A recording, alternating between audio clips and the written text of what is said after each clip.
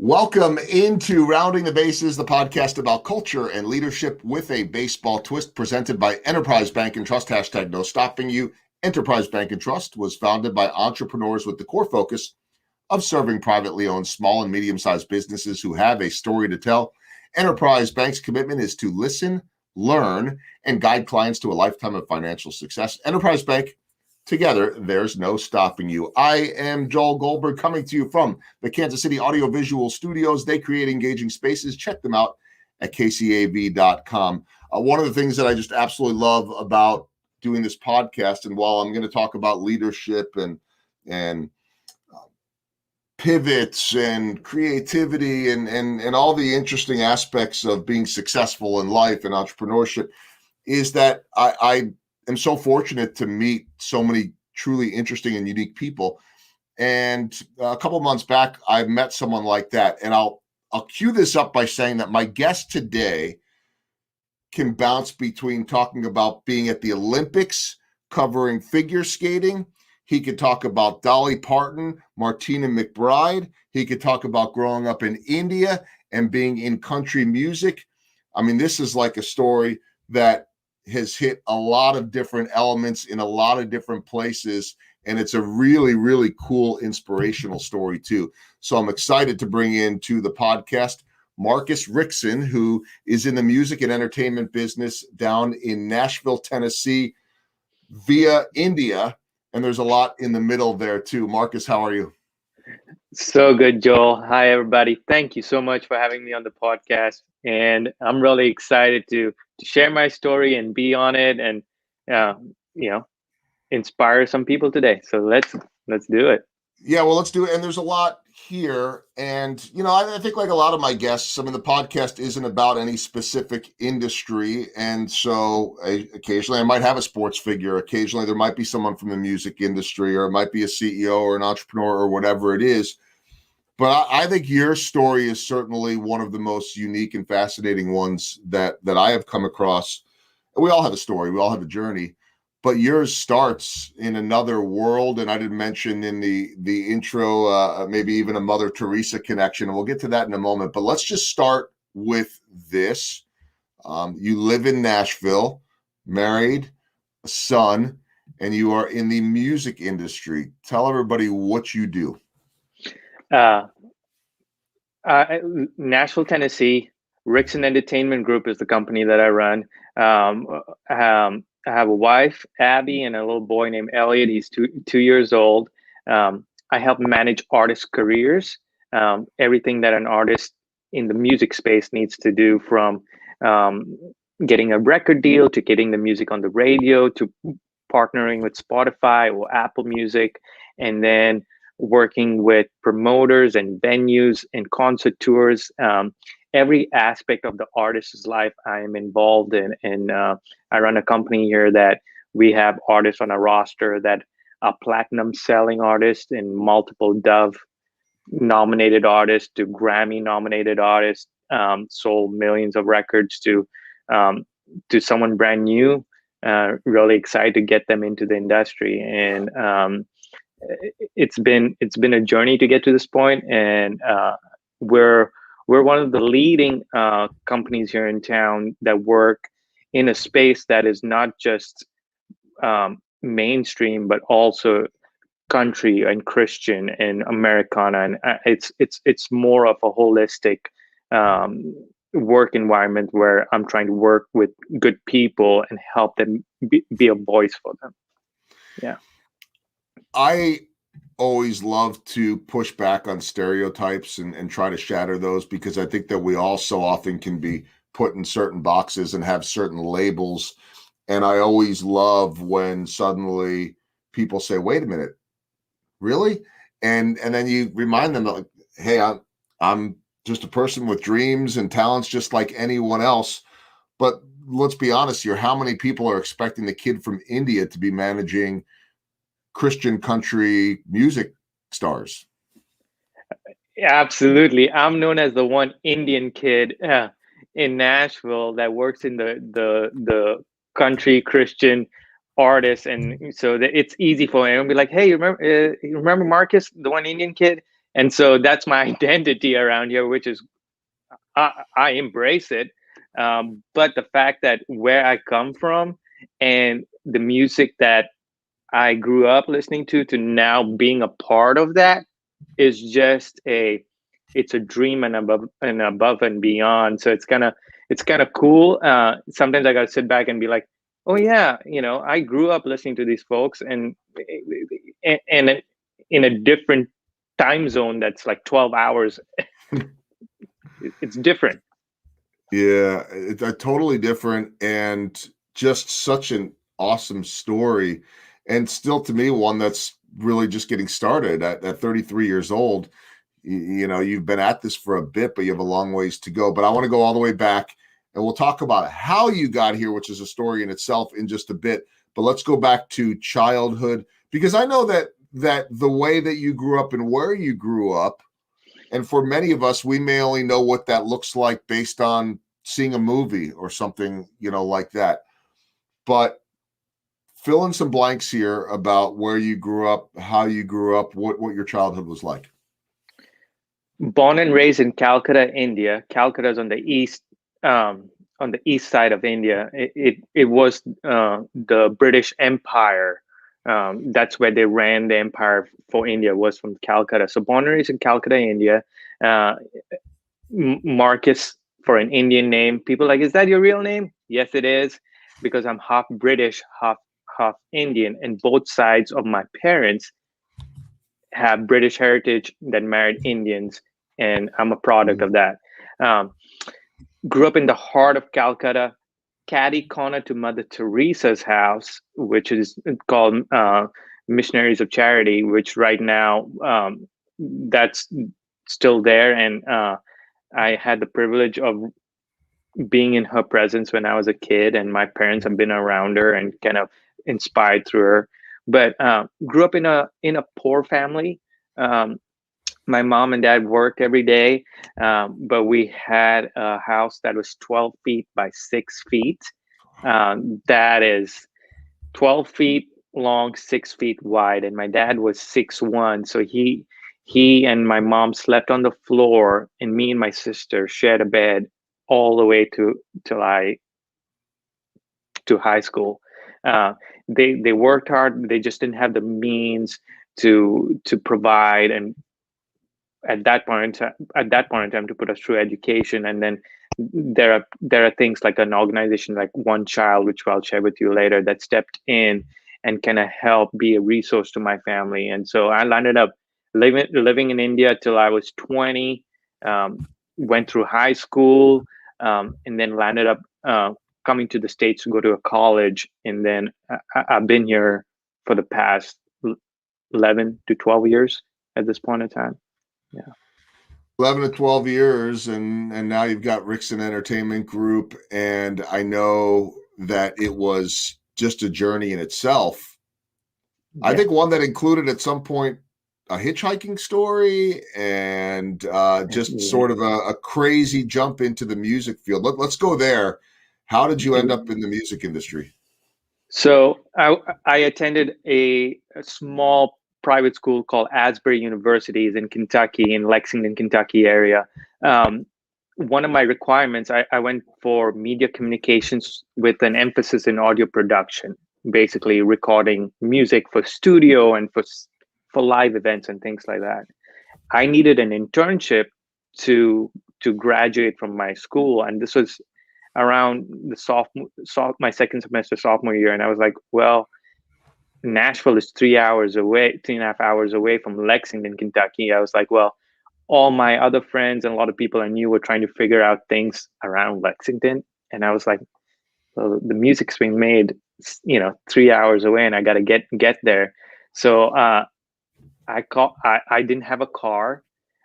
All I had was a motorcycle that I'd saved $600 and bought a Yamaha 1983 500cc motorcycle that I still have, and my wife calls it my money pit.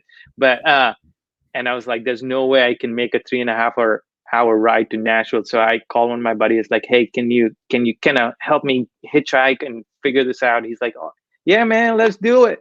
And so from Lexington to Nashville, I met a couple of people, and I hitchhiked, and I went online and started searching for bands that needed help in any shape or form. And there's a Christian band named Unspoken at that point in time that I just stumbled. They didn't have a following or anything, so they were like, "Hey, why don't you just meet us at the Comfort Inn right off the interstate?" I was like, "Sure." So here am I from Lexington, show up to Comfort Inn at 6 a.m. in the morning, standing outside with my backpack, ready to go on tour with these folks that I've never met. And I see this car pull into the parking lot and kind of circles the hotel and then comes back around, and it's the guys from Unspoken. And I was like, that was kind of weird that you guys circled. They were like, well, we didn't know what you look like, but also we only had the middle back seat of the Volkswagen Jetta, so if you were a big dude, we were just gonna leave. And that's my first encounter of trying to enter the music industry. They were like, so looks like you'll fit back here, and so I jumped in and I toured with them for 2.5 weeks on the road, just doing everything that they needed. And right now, that band has a #1 Billboard song, tours with 2 or 3 tour buses, and has amazing things with them. But that's how I even landed up in Nashville, was just hitchhiking with a couple of buddies.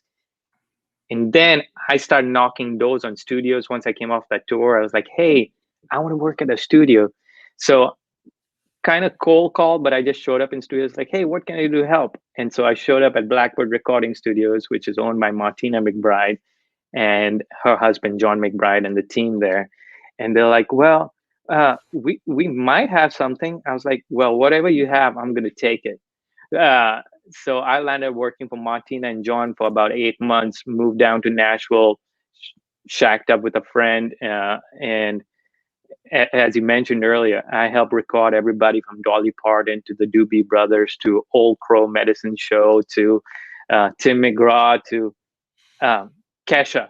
Like I was and Martina, and I was in a space where I would help set up their sessions, help run it with their producers, and just be an assistant in every shape or form. That was my introduction to Nashville for the first 8 months of my life when I moved here. Yeah.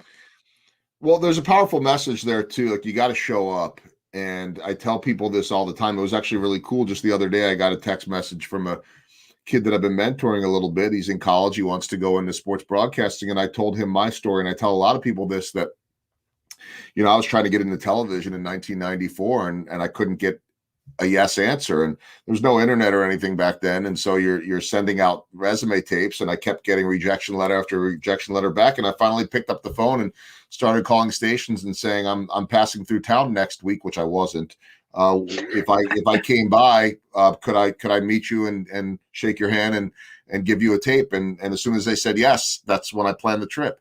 And I started driving around the country, and this kid texted me the other day and he said, hey, I applied for this internship calling some baseball, and they didn't send back anything to my email. So I just hopped in the car and I drove there and walked in, and they hired me on the spot because they were impressed with the effort. And so there's something to be said about, and I'm not a cold caller, Marcus, I don't know about you, but when the passion's deep enough, you'll do some things that are out of your comfort zone. And it sounds to me like you're doing that day, basically knock down the door.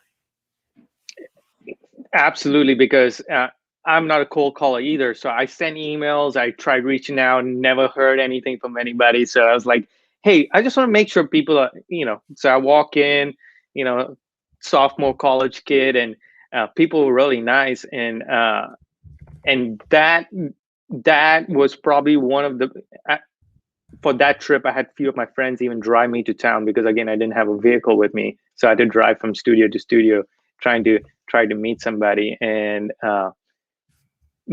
once I got my foot in the door, that was it.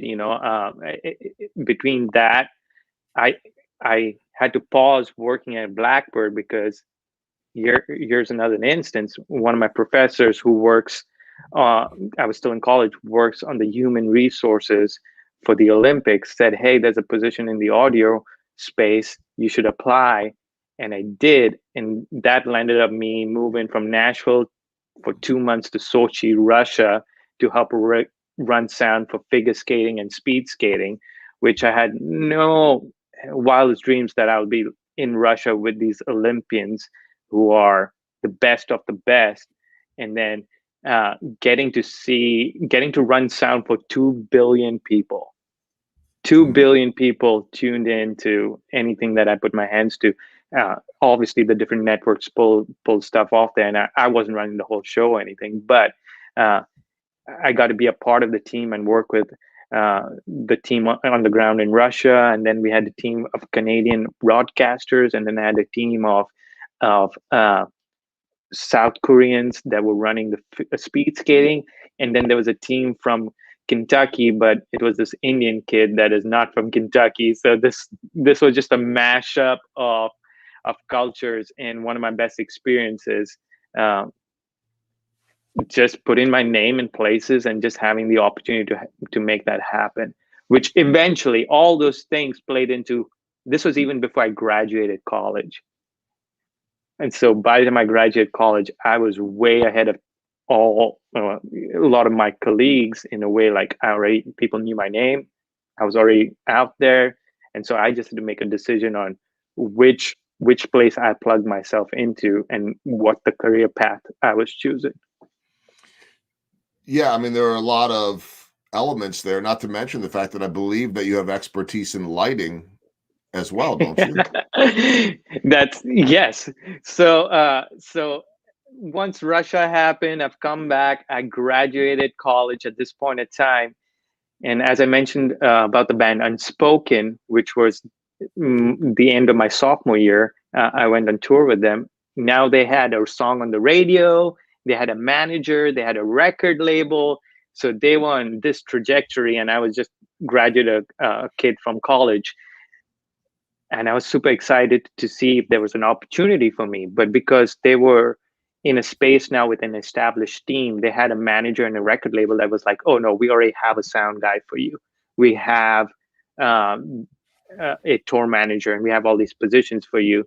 So the only position we don't have fill right now is we bought a bunch of lights to run this tour." That's the position. So I get a call from one of the guys, be like, "Hey, I know you were really excited to come run sound or be a part of, you know, the audio side of things. Is that because that's what I went to school for and paid $120,000 in college to go to school for?" They're like, "I know that's what you want to do, but uh, we bought a bunch of lights and we need someone to come and run a lighting tour." And I was like, "Huh."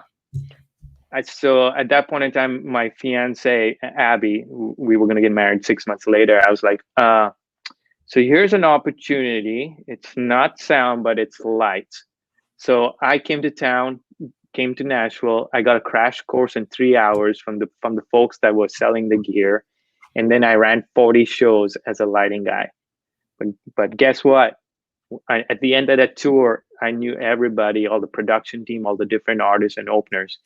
That the next tour, I was the sound guy for 40 shows. And then the next tour, I became the tour manager that looked over the whole team and 2 tour buses and 30 people on the road. And that was my transition from taking a step of faith, going running sound for $75 a day, to now being a tour manager, and then artists looking at my business side. Because as a tour manager, I was the first one off the bus and the last one on the bus every night. So everything started and ended with um, my direction with that day. So when I started doing that, artists were like, "Man, we really love having you on the road, but you have some great business ideas that we think would help my manager or the folks back in the office to know, we can come up with this merchandising piece, or we need to add this song to a set, or this is what the audience are reacting to," and things like that, and how to save money, and that was my first opportunity when an artist was like, "Hey, you need to come back in the office with me." Hmm. Yeah. I have a couple more questions before we talk about what you're doing with kids and the baseball Yeah. questions, home run, and all that. One, I think that there's some really good lessons to learn here, and I want your insight on them. One is that you got to know people. you made connections with people. And even if at times it took you in places that you didn't expect to be, I don't think you expected to be dealing with lighting. You certainly weren't planning when this all started to be a tour manager. But what you did, which I think was so important at a young age or any age really, is you connected. It's networking on the highest of levels. And I remember early in my TV career, somebody said to me, as I was just breaking in, get to know everyone, not just the people that are on the air. Get to know the audio guy, get to know the camera people. I already knew them because I was working with them. Get to know the sales guy, get to know the engineers, everybody, because you just never know what they may be able to do for you or you may be able to do for them. And I'm wondering if you knew that going in, or if not, how you figured it out and what it did for you. Um, this goes back to that.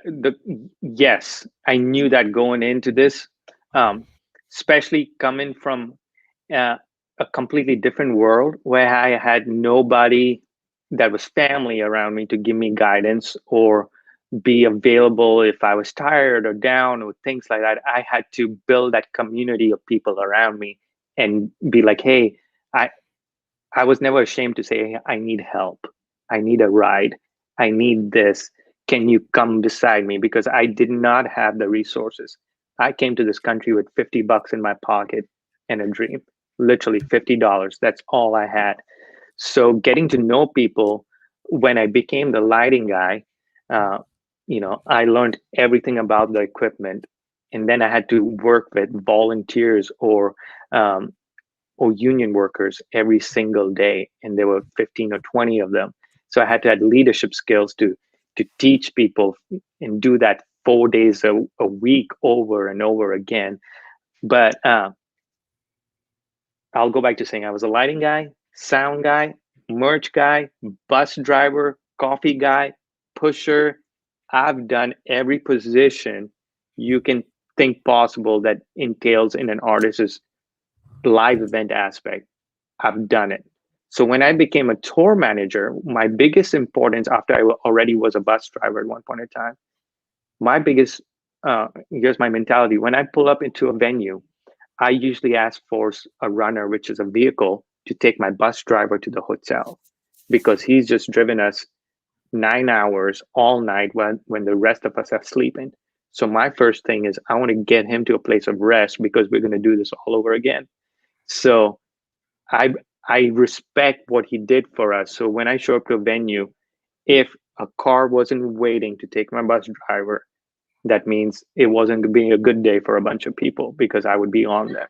But if a car was waiting, it means I've done my job and everything else falls into line for the rest of the day. So uh, I'm still friends with bus drivers. I'm still friends with the catering people, and I still build relationships and do all of that because I've done that. You know, I've cleaned the studio at night when nobody's watching, just because I know tomorrow someone's going to come and be like, "Oh, wow, this place looks real clean. Who was in charge last night? This guy." And I took those things really. Um, I took those things being important and coming back to it. This was instilled to me by my parents, my mom and dad. My mom and dad always told me, and something my dad always told me, and he's like, if you can take 10 years experience with sitting with somebody in 10 minutes, you're already ahead of most people. So I've spent a lot of time with people that I experienced and have done it a lot, and I am a sponge, man. I cannot tell you. Like, I'm taking stuff off your podcast right now of how you are interviewing, how you're keeping this interesting, and the message that you're telling your fans, because I'm like, this is so cool. I want this because this is the good stuff that people need out there. So I am a sponge. So I did know some of that coming coming leaving home and having to do that by myself. Yes. Well, there's a Yeah. powerful message here, and I'll say it just in terms of today. Later this afternoon, I'll speak to a group, I'll speak to a company where, as is the case in a lot of places, people have different roles. They may not even necessarily have to work together. You, in your role as a tour manager, don't necessarily need to be cleaning up the room or doing the things that you're doing. But when you are able to understand what others do and walk in their shoes and become available to them, you just become better and you become better connected, and there ends up being a greater work harmony. How important is that to walk in someone else's shoes? So important. Going back to my bus driver analogy, like for me, it's like, oh, he's just driving a bus all night while we all sleep. But the 15 people that are sleeping on the bus, we're depending on this person to get us safe from one place to another.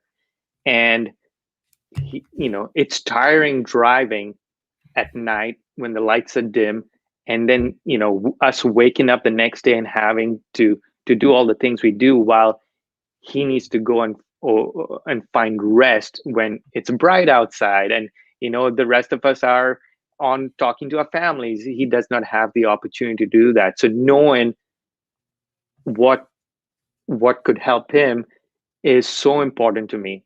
Like making sure, it's a small thing, making sure there's a car available to take him to the hotel straight away so he can have a meal, which is his dinner, but it's breakfast for us. He can have a meal and lay down, because again, he's got to do this all over again.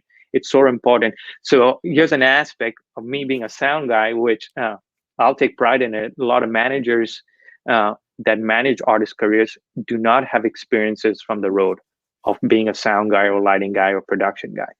Any of my artists call me and say, hey, we're having an issue running into some kind of gear or production company or anything like that. I can have a conversation with the people on the ground right off the bat. I don't have to, I might have to look up something, but I don't have to say, okay, yeah, let me check with X, Y, and Z and see what their thoughts are. I'd be like, hey, you know what? Let's do this super simple. I know you could work this out. Here's a resource for you guys. And so for an artist, they just naturally try and migrate towards me, because they know that, for example, I'm not going to ask any of my artists, hey, you need to go to this radio station at 6 a.m. in the morning after you were up till 1 o'clock to just say, hey, I have X, like, I'm really excited for new music. See you tonight. Mm-hmm. Like, they were up working all night, and I know that.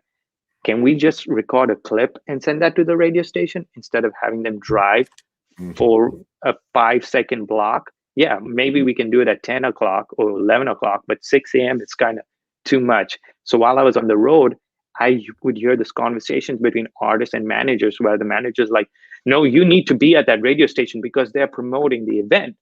And, you need to make the 6 a.m. call, where I'm like, I'll go with the radio station. And is there a more suitable time? They're driving from place to place and they need a rest. So, it's been a key that I've been in those roles where it's almost like a default where I know what the artist is going through. Yeah. It's so important in every aspect. All right, time for the baseball themed questions now. And they're brought to you by Kissa Construction, trusted team, reliable partner. Check them out at kissaco.com. All right. I know you didn't grow up around baseball. You grew up around cricket. We can maybe talk about that later, maybe not. However, it's not really a baseball question. It is, what is the biggest home run that you have hit in your professional career? By the way, I love baseball because I was a cricket fan all my life. So I get the sport. Close enough, right? Yeah, it's close enough, and the athleticism of the athletes are all pretty similar. Biggest home run, I'll take the most recent one. This past November, there's something called the Dove Awards, which is basically the Grammy Awards for the Christian genre. This past 2020, between people I call Rixon Entertainment, any artist or anyone that's on our team, I call them our family, or I call them the group, because we represent them. So between our family in this past year at Rixon, we won 5 Dove Awards. Wow. That's between my artists, producers, songwriters. Just within a small community, we won 5, which is like almost like a record label or something like that. But I'm just managing these folks, And the Dove Awards are, highly honored, um, especially here in Nashville and in the Christian space. It is the highest award you can get. So that was definitely a home run for a kid from Calcutta to have 5 Dove Awards with the Rixon name tied to it. Pretty awesome. Certainly a bit of what dreams are made of. How about a swing and a miss, and what did you learn from it? So when you sent me this question, it took me a little bit to kind of look at where, because sometimes we try and forget the negative side of things. I always remember the positive. That's somebody I am. So when you said, "Hey, what's the swing and miss?" and what you learned from it, it took me some time to figure that out. And it was something a while back. It was when I graduated out of high school. When I graduated out of high school, I I did not go to college in Kentucky till 3 years later. So when I graduated out of high school, um, I just banked on like, hey, I'll just figure out college within a year, and I'll have all these opportunities just coming to me, and I wouldn't have to go out and find them. And it never happened. It never happened. And what the swing and miss was, again, it's hard for me. The swing, it was like I was banking because I was like, I have this talent, I have this passion, and I just figured it's going to come to me. And I lost 3 years of my life waiting on something to come to me. Whereas once that mindset changed, when I was like, I need to go and do this, for the past 10 years, 11 years at this point in time, I've just been working where I cannot point out a swing and miss, because every time I'm swinging, and every time I'm swinging is I'm hitting something at some point in time. That's the way I feel. Like I'm just at there swinging, giving my best shot each time. So the mindset when I was a teenager about, hey, these things are going to be handed to me, being going to a college, getting a scholarship, that never happened. And I lost 3 years of my life until I decided I need to go and hunt this down. It's not going to be handed to me. There's no question that, and there's the right touch to doing that, because you can't just knock down every door and be crazy about it. You have to be measured, you have to be strategic. But I totally agree that if you're going to wait for it to happen, you might just keep on waiting forever. You have to create those chances for yourself in a strategic way. The last question is about small ball, and in the book, this is what I wrote about small ball, big results, the little things that add up to the big things. And I think when you talk about all of those swings, you're not necessarily swinging for the fences and swinging for the home run. You're swinging.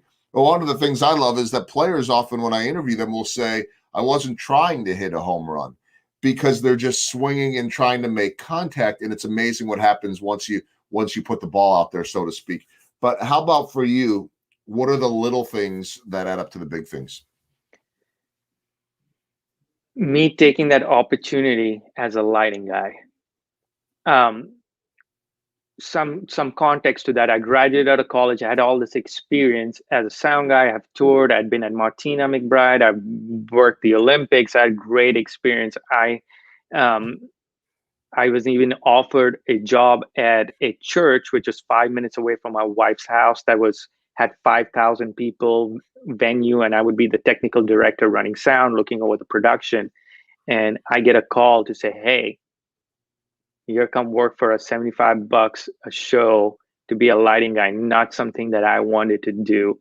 But I knew once I got in and learned that opportunity, everything else followed through. So that was my small ball moment. Like I wasn't super proud that I was, giving up as a college kid a $50,000 job to move to a place to work $75, and maybe make $300 a week. Who knows? But my wife and my family stood behind me and knew this is what you need to do, and doing it now is going to help change the trajectory as you and everything that needs to happen. So I had no clue I was going to land up here owning a company in Nashville that manages the people that we manage. I just wanted to be the best at whatever I was at that point in time. So I was the best lighting guy, I was the best merch guy, I was the best driver, I was the best store manager, and now I'm the best manager. That's what I do. I love that. All right, 4 final questions as we round the bases. The first one is this. I know that you have a passion for helping kids, a passion for helping maybe a young Marcus Rixon growing up that has dreams one day. Tell me about what you're doing with One Child. So so as I mentioned early in the podcast, I grew up really poor in a home that was 12 feet by 6 feet wide. My parents both worked, but just didn't have the funds to put us through a school that gave us a proper education. One Child, which is a sponsorship organization, it's like $39 a month to help a kid go to school, get a meal, and get healthcare. And they work with kids all over the world, from all over the world. And they approached my parents, and I was able to go to school. And I had a sponsor for 14 years that helped get me through school. And my sister was a sponsor kid. My best friend was a sponsor kid. And it gave me an opportunity to learn. So I had so much riding on me growing up that a lot of my success comes from all the people that poured into me and gave me this opportunity. So cool story to go along with the One Child. I'm here in the States working with artists. One Child did not even know I was here in Nashville, Tennessee. And they approached one of my artists named Jackie Velasquez, which is, again, a huge artist in the Christian space. And they're like, hey, we'd like for you to be ambassador for an organization. And I was sitting in that meeting here in Nashville, and I look at the president, and I was like, hey, just so you know, I was one of your kids. And they go back to Colorado Spring, and they find a picture of me, just like these little pictures of these kids when I was young. And then 3 years ago, I had the opportunity of meeting my sponsors, Dave and Regina, who are from Memphis, Tennessee, have 2 daughters, both live here in Nashville, and one has a condo right behind my office. And they've been driving by my office for the past 5 years. You cannot write this down. And so once I learned that, I wanted to be a part of the organization and just be a voice for these kids. And in the last 2 years, every influencer that works with me either tries to be a part of that and be a voice for it, because they're already my friends. And now, knowing where I come from, they want to help these kids. And I want to do the exactly same. And so in the past 2 years, we've helped over 1,000 kids, 1,000 Marcuses and Nikitas to just go to school and get a meal and get an opportunity to follow their dreams. And I wouldn't be here if it wasn't for One Child. So whoever's listening, go check it out. I would love, and it has a video on there as well, Joe. It has a video of me and meeting my sponsors, which I think is pretty cool. It's very powerful. The video is on there. It's embedded in the page, and you'll see some of Marcus's story. It's awesome. It really is a heartwarming story. You've heard a lot of it today, but to check it out, people can go to onechild.org, and then in the search bar, just put in Marcus or Marcus Rixon. You can go straight to the website, onechild.org/get-involved/ Marcus-Rixon. If you want to put all of that in, or just go and search Marcus Rixon, you'll see the story. You'll see some really cool pictures of Marcus and his mom and his dad and his sister from way back when in early childhood. And the video is really powerful too. So I really encourage everybody to do that. My second question, let's shift to a little bit of music. You've thrown out some big names now, the Martina McBrides, the Dolly Partons, the Willy Nelsons. To me, and I'm a casual country music fan, not a big one. I enjoy it if I'm in the mood for it, but I would put like a Dolly Parton and a Willy Nelson up there on, when people tell you if you could hang out with 4 people, and whoever it is, right? Like Michael Jordan, or name somebody famous in the country world. Like I would start with, either one of those. Let me hang out with Willie Nelson or Dolly Parton, and I think that I just want to be a fly on the wall and experience what that is like. But who was the one person you've met in country music that just blew your mind? Dolly Parton, hands down.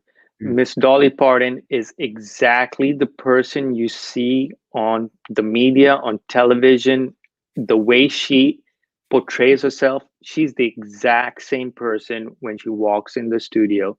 She's so humble, she's so kind, but she has a business mind. She walks into a point and shakes hands with you and says, "Hi, I'm Dolly."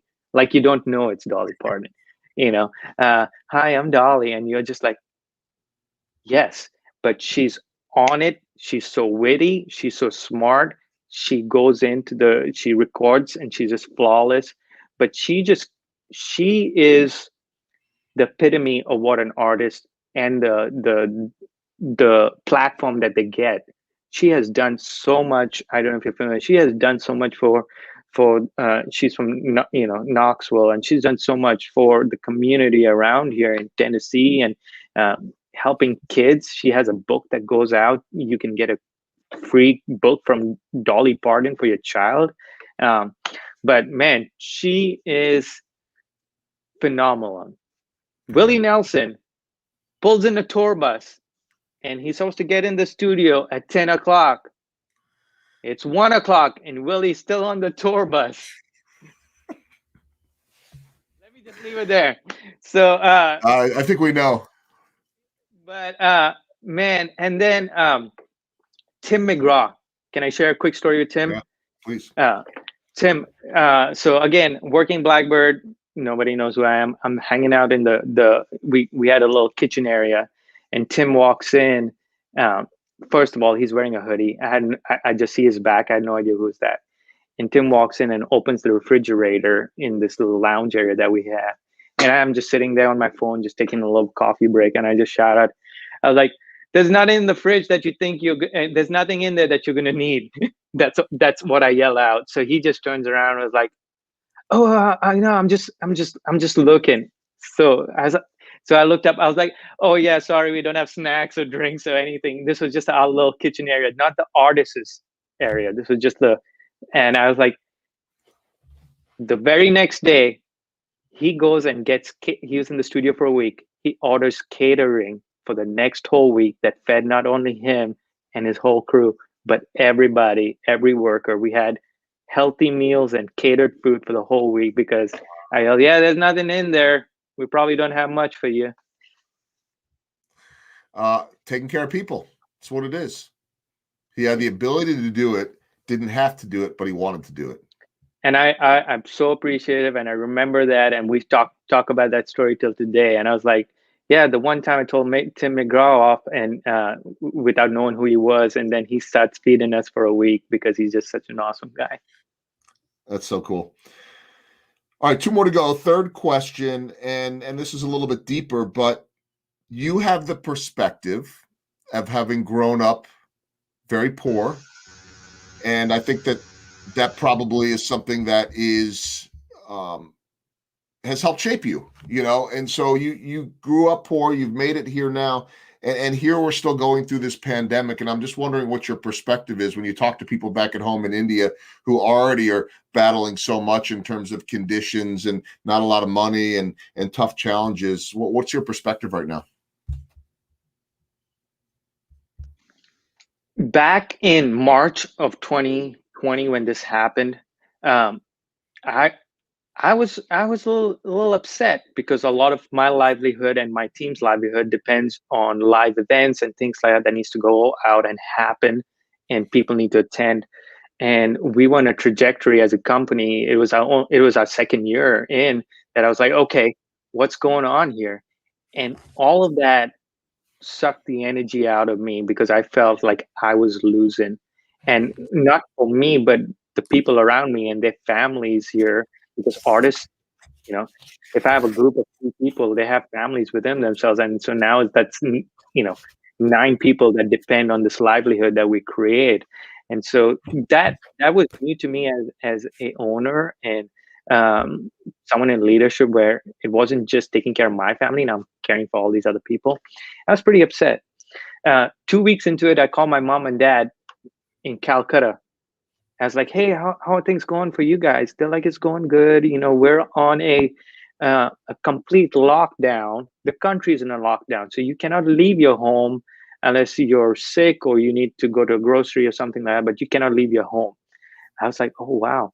I was like, "So have y'all left?" We like my dad and mom were like, "Yeah, mom and I have been leaving every 6 a.m. every morning, and we'll be taking rice and milk to the kids on the streets in Calcutta just so that they have some kind of food." And that just ripped me. And they've been doing that for 2 weeks, where I'm here in the States with a pantry loaded up with food, a credit card I can go out and buy things with, and my parents were trying to just keep people alive. That was a mind shift for me, uh, to where I just broke down and cried because I felt hope. I felt so hopeless, and I felt like, what are our priorities as people, as humans? Am I worried about? I'm not worried about paying my mortgage. That, like, I already had that taken care of. I'm not worried about there's not going to be food. I can go put in a credit card. Whereas people were literally dying of hunger, and the country shut down, and there was nothing that they had resourceful. So me and my wife had a quick talk, and we were like, we just want to help 100 people. We just want to help 100 people. It takes $1 a day to feed somebody in India, just $1. So, like, we want to help 100 people for 2 weeks. Let me do the math right. No, it was 200 people for 2 weeks. And so we were like, can we raise $1,400? So we just took it to the internet in my Facebook page. I've never asked for people. Again, I've never asked for people, hey, come help do this. And within an hour, we hit a $1,400 mark. And then within the next 30 days, we raised $25,000. Mm. Within that money, we fed over 10,000 meals for 60 days. That mindset, I took it back to my artist and to all the people in the company. I was like, what can we do best within what we have right now? So it was creating content, getting back in the studio. During the pandemic, we had a #1 album on the Billboard charts for one of my artists. We won 5 Dove Awards. We started creating more music. We started creating more revenue for people around us. The mindset of, like, not the pity party, or me, myself, why is this happening to me, just switched. And then it became a whole nother ball game for me and for That people that around me. that was a home run in itself, and but it came with a change in approach, a change in mindset, and you will, I believe, take that with you for the rest of your life. And so just that perspective has made you better and will make you better. It makes me better hearing about it. It's a reminder to me too, as rough as things can get. Who am I? I was out of work for baseball for 4 months last year. Somebody always has it much worse. And, what can you do to help people? To me, that's what it's always about. When you do that, good things happen for them, usually for you too. Final question, the walk-off. It's an important one because you're a success story, Marcus. You came from a poor background, a loving background, and you ended up in the United States wanting to go to school, and here you are running a company and a tour manager and all these artists. So, a two-part question. One, what was your dream as a little kid growing up? Two, what's the dream now? In the 8th grade, and I can point this back because I had a music teacher that kind of inspired me. In the 8th grade, I was all any kind of music I heard on the radio, mostly mainstream, and this I'm talking about like the Backstreet Boys or the NSYNC. This was my 8th grade growing up in India, or the other pop artists, be it Elton John or Michael Bolton, or all these people that I listened to. I was like, wow, that's so much talent over there. I want to know how do I get to be a part of it? So I talked to one of my teachers, and he told me about audio engineering and sound engineering. So I started volunteering my time at school with the AV team, the audiovisual team that set up any live events. I was just one of the kids that nobody had ever done it. And so I showed up and helped them do that. And At that point in time, my dream was to be one of the Backstreet Boys, but that never happened. But I knew that I wanted to be shaping the future of music, and I want to be involved in that. And I was going to do whatever it took to learn about it and take the steps into the place that I need to do that. Fast forward right now, as a 33-year-old, I have lived past my dreams. Like my dream of, I have a house, my little boy has a room. I've never had a room to myself because as a kid, I shared a room. When at college, I had a roommate. And then I got married, I had a wife. My little boy is so blessed. And I'm going to remind him every single day how blessed he is. But man, he blesses his mom and me so much more than we could ever do anything for him. Uh, I'm living past my dream. And so the little box, like, oh, here's my dream. And my box is almost non-existent right now because I've lived past it. So for me, every morning I wake up, I'm not coming to work. I'm living my dream. So for me, the sky's the limit. Like I'm out to go win the next Grammy. I'm out to make Rixon Entertainment as one of the people that helps artists in the highest level possible. Like the sky is the freaking limit for me. And here's in anything, I eat no's for days. So I'm already starting at a no. And that's how I wake up. And so every win is a win for me. So I'm going to be here. That's all I'm going to say. So awesome. It really is. And it is inspirational. It is a reminder that you don't need to be limited just by the dreams that you have, which are always going to be powerful, but you can go beyond that too. That's what's happened to you. It's sometimes we use the expression playing with house money. You've already won. And so now, hey, take some more chances, expand your horizons. And I know that you're doing that. I want to remind everybody that they can find out more about Marcus and his company at RixonEntertainment.com, RIXON, RixonEntertainment.com. Or you can go to onechild.org, search for Marcus Rixon to learn a lot about what he is doing with that. Quick shout out to my sponsors, Kansas City Audio Visual, Kissick Construction, and Enterprise Bank and Trust. Businesses often come to Enterprise Bank because they require a consultative banking partner who knows that each business is unique and doesn't fit in a box. Amazing. We just talked about fitting in a box. You can reach me at joelgoldbergmedia.com. You can get my book there. And certainly any suggestions in terms of the podcast. Marcus, this was awesome. I knew it would be. Congratulations on all of your success personally with your family. I hope your parents and everyone are safe back in India, and really, really enjoyed the conversation today. Thank you, Joel. I'm so honored that you had me as a guest and were willing to share my story. Thank you so much. It's an amazing story to share. He is Marcus Rixon. I'm Joel Goldberg. Hope to catch you next time on Rounding the Bases.